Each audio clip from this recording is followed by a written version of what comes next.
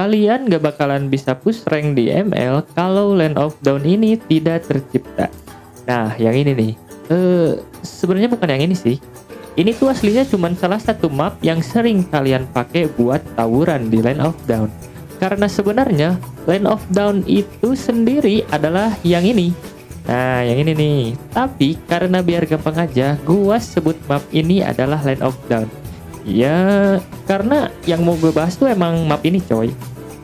Nah, di video ini yang bakal gua bahas di sini adalah semua hal yang ada di Land of Dawn. Mulai dari bangunan, hewan peliharaan, tumbuhan, sampai dengan ya pokoknya semuanya lah. Oke, kita mulai dari mana ya? Mungkin loh, emang ada bangunan, Bang? Lah menurut lu ini apa, Yono?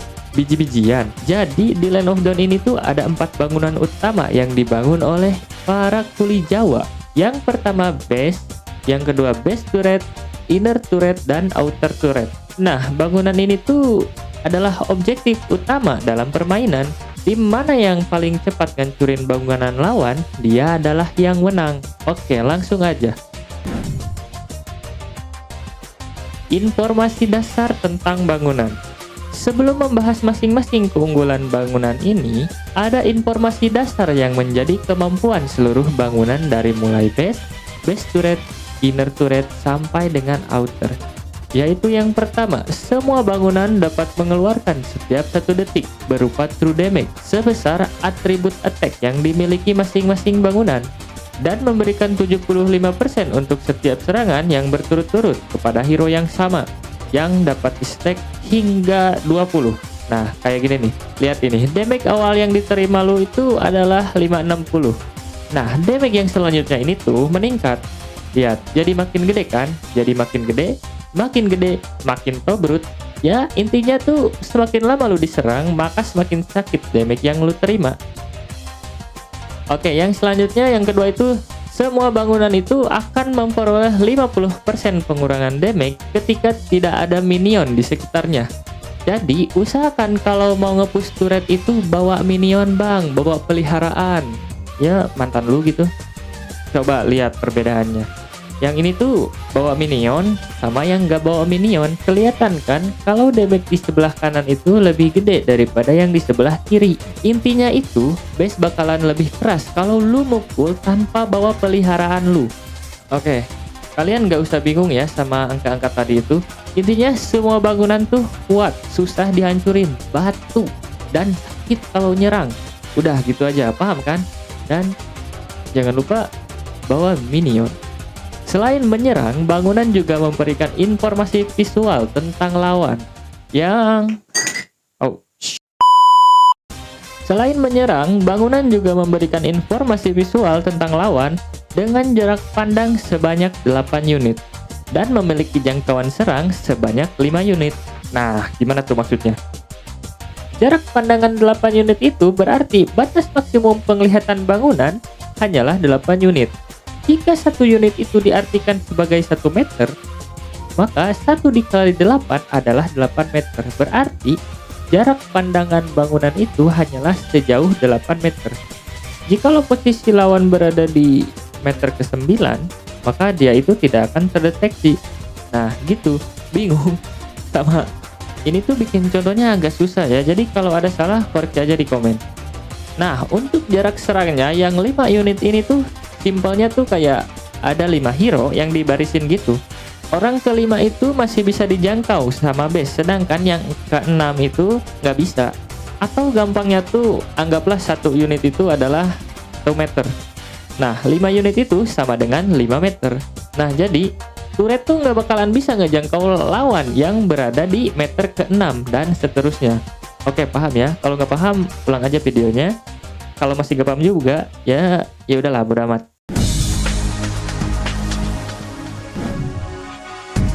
Bangunan yang pertama ini adalah base. Base ini adalah garis pertahanan terakhir bagi player. Base ini adalah nyawa, harga diri, dan rasa percaya diri. Karena jika base ini hancur, maka tamatlah sudah riwayatmu, hilang sudah bintangmu, dan cupu. Base ini tuh adalah bangunan yang paling kuat di antara yang lainnya, dengan atribut sebagai berikut. base juga memiliki kemampuan khusus yang bernama self repair, yang dimana base bisa memulihkan 165 HP setiap 5 detik. Gimana tuh? Ya intinya base ini tuh bisa ngeregen darahnya sendiri. Tapi kan bang, 165 itu angka yang kecil. Ya emang secara angka itu kecil, tapi kalau lu bisa jaga base lu dengan baik, yang awalnya base lu sekarat bisa penuh lagi, dan itu ngaruh banget ke permainan. Oke lanjut. Yang kedua kita bahas base turret. Kalau kita tadi bahas base doang, sekarang ini kita bahas base turret. Tapi karena turret ini ada kata base-nya, takutnya sering ketukar, gue panggil aja turret ya. Lanjut. Turret ini tuh berada tepat di depan base dan melindungi base. Dan unitnya itu ada 3, dengan di sampingnya itu ada tembok yang saling berkesinambungan. Apalah kesinambungan. Oke, untuk atributnya ini adalah sebagai berikut. Base turret ini memiliki kemampuan khusus yang bernama Holy Defense, yang dimana jika inner turret dihancurkan, base turret yang satu jalur akan memberikan gelombang kejut terhadap minion yang masuk ke dalam jangkauannya dan memberikan efek knockback bagi semua unit di sekitarnya. Efek ini hanya akan berfungsi 1 kali dan akan hilang pada menit ke-12 permainan. Contohnya seperti ini, ketika minion masuk, Dwarf itu akan meledak. Untuk unit minion, mereka akan langsung habis HP-nya ketika terkena efek ini. Oke, yang selanjutnya adalah inner turret. Inner turret ini tuh posisinya tepat berada di depan base turret dan di belakang outer turret, yang dimana outer turret itu adalah turret yang paling luar. Inner turret ini memiliki atribut sebagai berikut. Dengan kemampuan khusus yang bernama Hardened Blade, yang dimana inner turret ini akan mendapatkan pengurangan damage sebesar 50% jika outer turret sudah hancur dalam 8 menit awal pertandingan. Contohnya seperti ini. Kalian bisa lihat perbedaannya lah.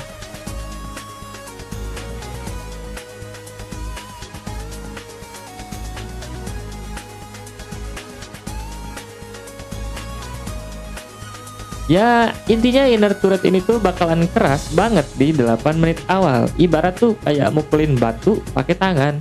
Hancur enggak, sakit iya. Dan yang terakhir ini adalah outer turret. Outer turret ini adalah turret yang paling berani di antara turret lainnya karena posisinya ini berada di lini paling depan pertarungan. Outer turret ini memiliki atribut sebagai berikut. Outer turret ini pun memiliki kemampuan khusus yang bernama Energy Shield, yang berfungsi pada 5 menit pertama pertandingan dengan memperoleh 30% pengurangan damage dan 15% pengurangan damage bagi hero rekan di sekitarnya. Nah, gimana tuh bang? Kok ada 30% sama 15%? Intinya, ketika hero lu kena damage di daerah turret ini pada 5 menit pertama, damage-nya tuh nggak bakalan terlalu sakit. Ya, geli-geli gitulah. Nah, contohnya di sini gua fullin clean, damage-nya itu 112. Tapi ketika dia masuk ke turret, damage-nya itu berkurang jadi 73. Nah, itulah pengurangannya yang 15%. Selain itu, shield ini pun bisa diserang oleh hero lawan, dan hero lawan yang menyerang shield ini akan mendapatkan sejumlah gold sesuai dengan damage yang diberikan, dengan maksimal mendapatkan 360 gold. Kelihatannya kecil, tapi ini tuh untung banget aslinya. Hal ini tuh biasanya disebut plating sama orang-orang, sama player, sama masyarakat ML. Nah, jadi kita sudah membahas 4 bangunan yang ada di ML. Konon katanya banyak hero yang bersumpah untuk mempertahankan base sampai titik darah penghabisan. Meanwhile orang yang ngetrol. Pada dasarnya game ML ini tuh simple. Siapa yang paling duluan ngehancurin base lawan, dialah pemenangnya.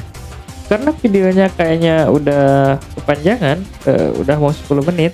Jadi next kita bakalan bahas tentang hewan peliharaan. Bukan hewan peliharaan sih.